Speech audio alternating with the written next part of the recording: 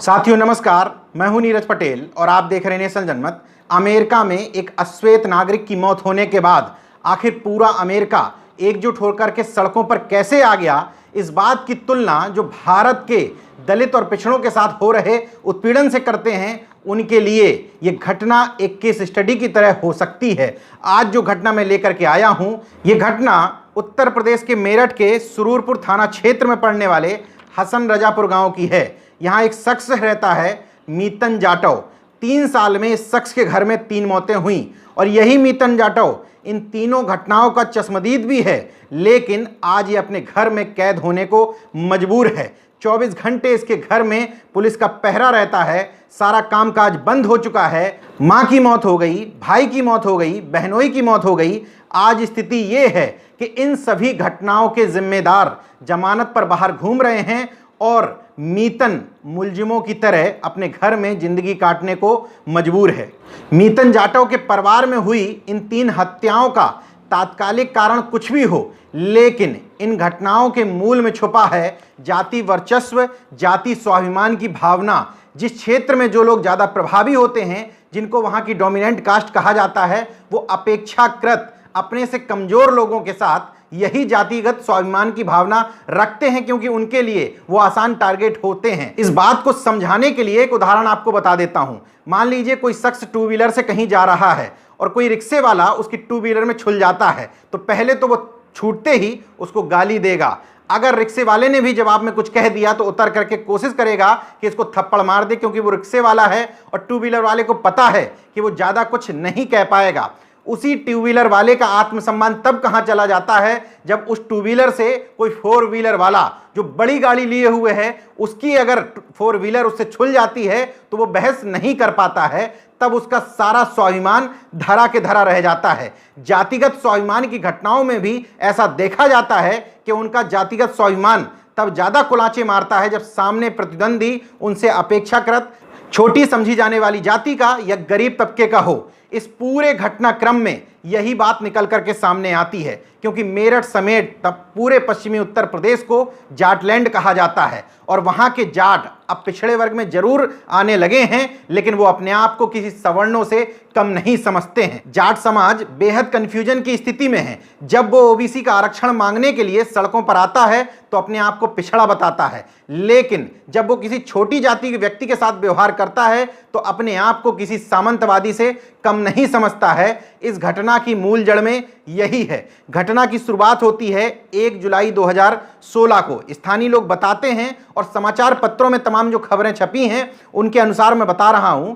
जाट समाज के 5-6 लड़कों ने जाटव समाज की एक महिला के साथ छेड़छाड़ और बदतमीजी कर दी। इस बात को लेकर के मीतन जाटव, उनका भाई चेतन जाटव और अन्य गांव वाले थाने पहुंचे। थानेदार भी जाट थे, तो उन्होंने अपनी जाति बिरादरी वालों के खिलाफ FIR और मुकदमा दर्ज नहीं किया।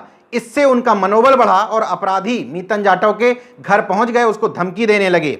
इस छीना झपटी में कुछ हथियार भी मीतन के घर वालों ने छुड़ा लिए और पुलिस को बुला करके उनको सौंप दिए, लेकिन अभी तक अपराधियों पर कोई कार्रवाई नहीं की गई। मनोबल बढ़ा। 13 जुलाई 2016 को मीतन और उसका भाई चेतन, उसकी मां खेत पर जा रहे थे। रास्ते में जाट समाज के कुछ युवक मिले। उन्होंने मीतन और उसकी मां के सामने ही चेतन को मार डाला। सुरूरपुर थाने के थाना अध्यक्ष जो जाट समाज से थे, उनकी नींद जागी। इस पहली हत्या के बाद उन्होंने 192/16 अपराध संख्या के तहत मामला दर्ज किया। 5 लोगों की गिरफ्तारी भी हुई। 6 महीने बाद ये तमाम लोग जमानत पर बाहर आ गए। ये है भारत की न्यायिक व्यवस्था। 6 महीने के बाद जब वो लोग बाहर आए तो धमकी देना शुरू कर दिया। चूंकि चेतन की हत्या के मुख्य चश्मदीद थे मीतन और उसकी मां सावित्री देवी। इन दोनों के बयान उसी दिन कोर्ट में होने थे जिस दिन इन अपराधियों ने अन्य लोगों के साथ मिलकर के मीतन के सामने ही उसकी मां सावित्री देवी की गोलियों से भून करके हत्या कर दी। एक तरफ मीतन की मां की चिता जल रही थी, दूसरी तरफ मीतन कोर्ट में बयान दर्ज करवा रहा था। कोर्ट में लोगों ने समझाया भी कि पहले अपनी मां का अंतिम क्रियाक्रम कर दो, लेकिन मीतन ने कहा कि अब ये लोग मुझको मार डालेंगे, इसलिए कम से कम मैं कोर्ट में इन लोगों के खिलाफ गवाही दे दूं। 3 फरवरी 2018 को 41/18 अपराध संख्या के तहत सुरूरपुर थाने में दूसरा मुकदमा दर्ज हुआ। अपराधियों का जाति वर्चस्व देखिए कि जिस समय मीतन कोर्ट में खड़े होकर के गवाही दे रहा था, वहां भी उसको मारने की कोशिश की गई और फायरिंग हुई।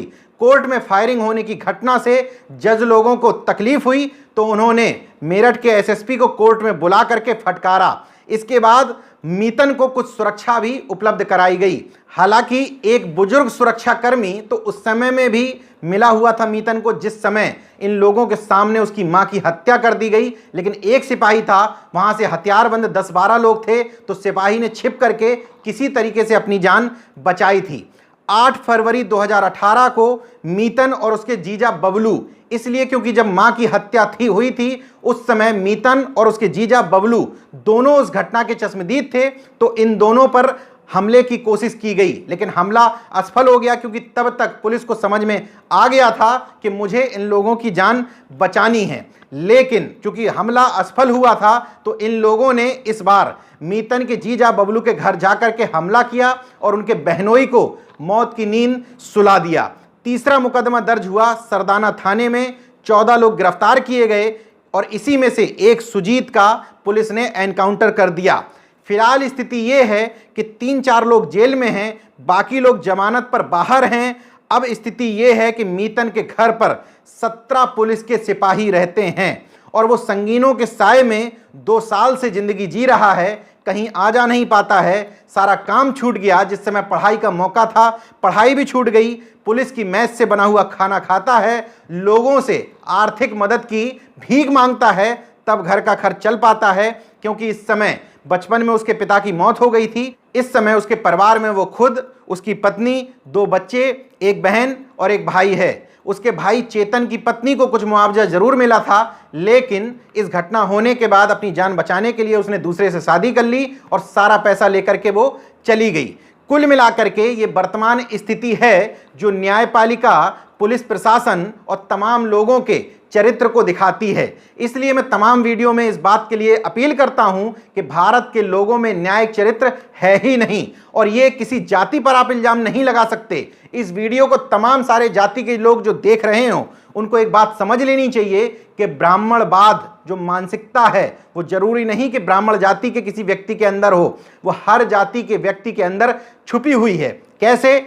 अगर किसी भी जाति का व्यक्ति अपने आप को अन्य जाति से श्रेष्ठ समझता है, अपनी जाति को यह मानता है कि हमने इस जाति में जन्म ले लिया तो हम जन्म के आधार पर ही श्रेष्ठ हो गए, यही जो मानसिकता है यही ब्राह्मणवादी मानसिकता है। इस समय जो भी व्यक्ति अपने आप को सामाजिक मानता है उसकी पहली जिम्मेदारी है कि वो दूसरों पर सवाल उठाने की बजाय सबसे पहले अपने जाति के अंदर का ब्राह्मणवाद खत्म करने की कोशिश करे।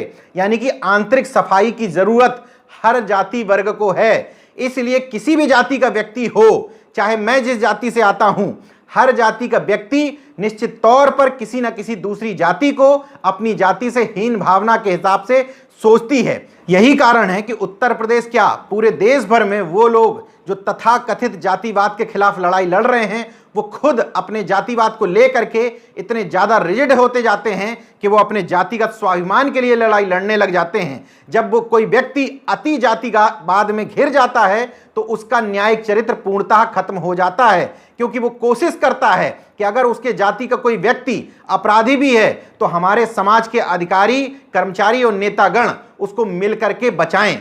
यही वजह है कि भारत देश के लोगों में न्यायिक चरित्र रह ही नहीं गया है।